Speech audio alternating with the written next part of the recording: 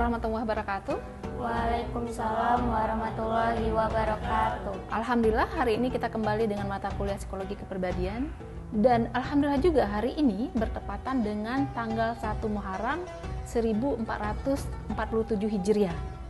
Nah, ini kan pergantian tahun baru Islam. Bagaimana sih menurut pendapat kalian? Menurut saya, Bu, pergantian tahun baru Islam tuh kayak ganti tahun biasa aja.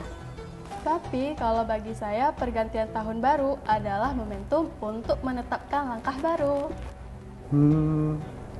Lantas bagaimana kaitan psikologi dengan pergantian tahun baru Islam, Bu?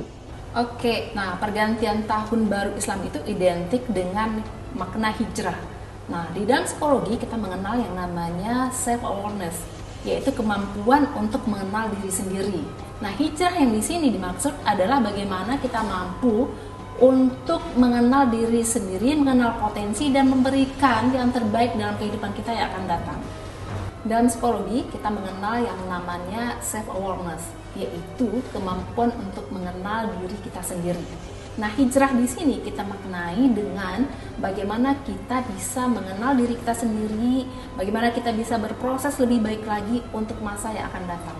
Maka kaitannya antara psikologi dengan pergantian tahun baru Islam adalah momentum perubahan diri ke arah yang lebih baik lagi dengan adanya self-awareness yang ada pada diri kita. Mari kita jadikan tahun ini sebagai awal baru untuk mengenal diri, berdamai dengan masa lalu, dan tumbuh menjadi pribadi yang lebih tenang, lebih kuat, dan lebih berdaya.